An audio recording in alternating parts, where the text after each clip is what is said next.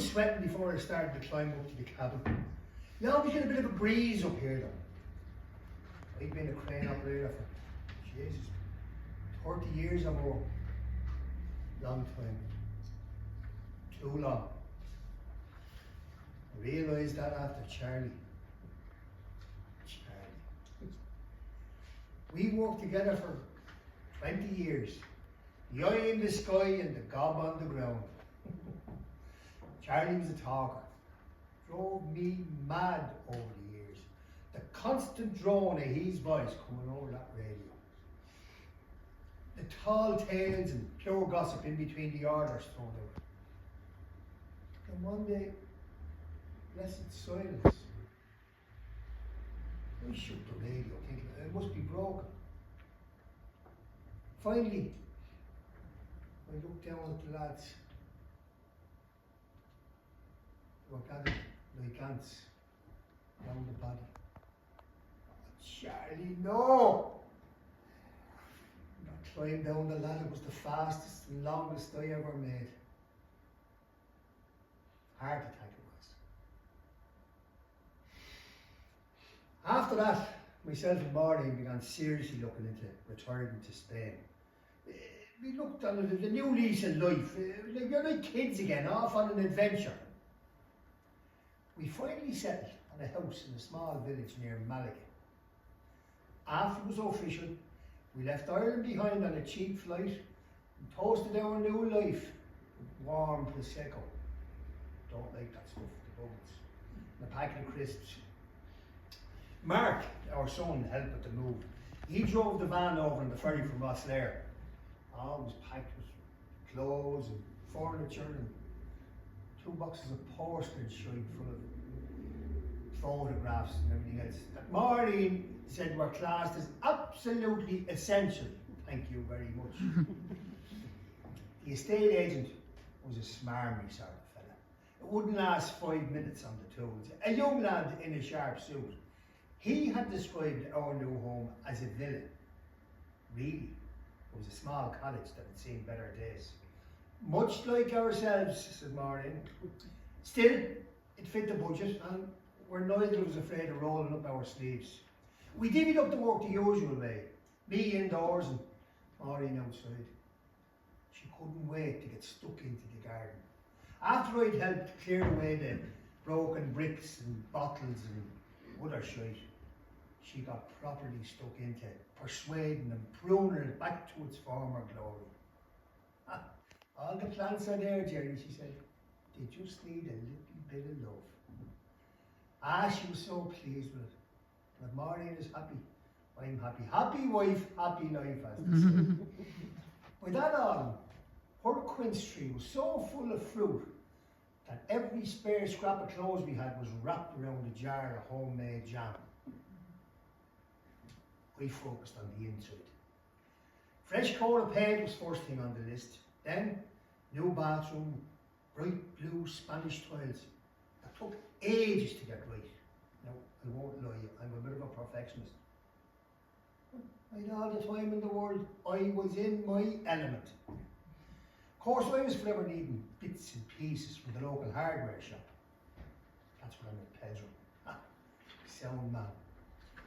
We'd sit for hours in the blessed shade in his shop, sitting on plastic chairs, drinking coffee and chatting. Mind you now, my Spanish wasn't up to much and his English wasn't great, but we muddled through. We were only there a year when it all went arseways. Wildfires. Luckily we were at home at the time. Luckily. If we'd been there, maybe I could have done something. Maureen gave me short shrift. So hadn't every other village in the house been destroyed as well? What difference would me being there have made? Still, it bothered me. Looking at the wildfires in Andalusia and the newspaper and on the television. Searching the local website for news of our town, our street. Pedro rang in the end. At first, I couldn't understand a word he said. And finally, it sank in. La casa es completamente destruida. The house was destroyed. gone completely. I went back just the once. Took the flight to Malaga, kept my head down in my newspapers, all the feckers going on the holidays, chatted around me. Maureen couldn't bring herself to go. Fair enough. But I needed to see the damage for myself. I made some excuse about sorting out the paperwork, but Maureen knew. She always knows. And she squeezed my hand tight as I set off to the airport. I'll see what I can salvage, love, I said. Nothing. I even found it difficult to find our street. All the landmarks were gone. When I finally got my bearings, I could see that all that was left was the concrete shell of our home. The garden was scorched earth. The stump of the quince tree was the only thing that remained. The smell of the smoke was in my hair, my clothes, my skin. So, we're back in Ireland. Squeezed back into our old house. Still eating quince jam and toast every morning. Fucking quince. Not our home anymore, technically, it's our son's. We had sorted it out as an early inheritance when we left for Spain. And good lad that he was, he never begrudged us once coming home. Maureen said that Emma, the daughter-in-law, is forever giving her sideways glances. But sure, what can we do? We've nowhere else to go. So, I'm back working. At least there's plenty of work to be got. Fancy that. A crane on a crane. No, that's not right. A heron maybe. No, too big. A stork! I've seen these lads before in Andalusia.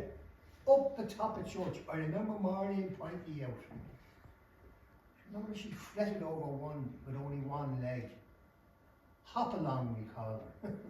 Maureen, the old softy, got worms from the harbour and left them wriggling in a bowl on the church steps. Her face when the bird came down in it. Aye. Oh, we're off, amigo. Look then.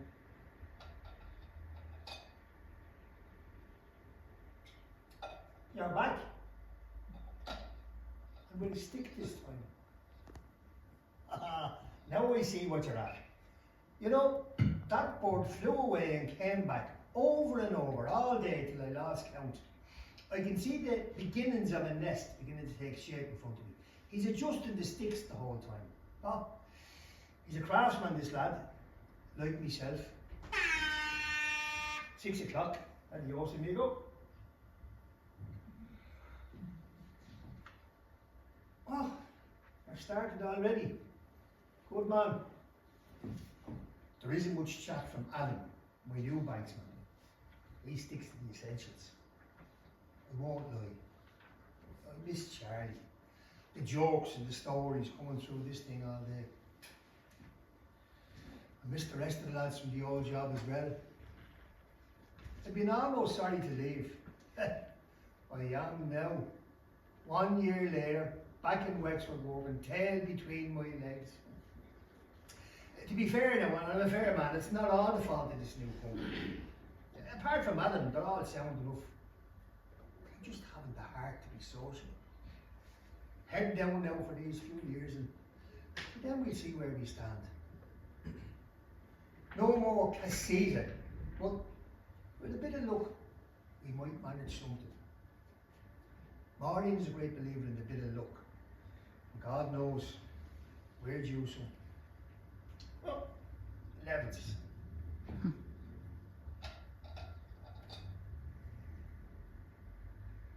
Hey, there, amigo. You look pleased with yourself. And why wouldn't you? That nest is beginning to take shape. What's that? A lady friend. I should have known you weren't going to all that bother for nothing.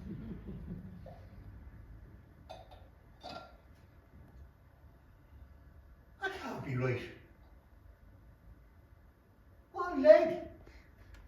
Hop along. So the two of you are making a go of it, eh? Why not? No better place. The question is, how am I going to get Maureen up here to say hello to our old amigos?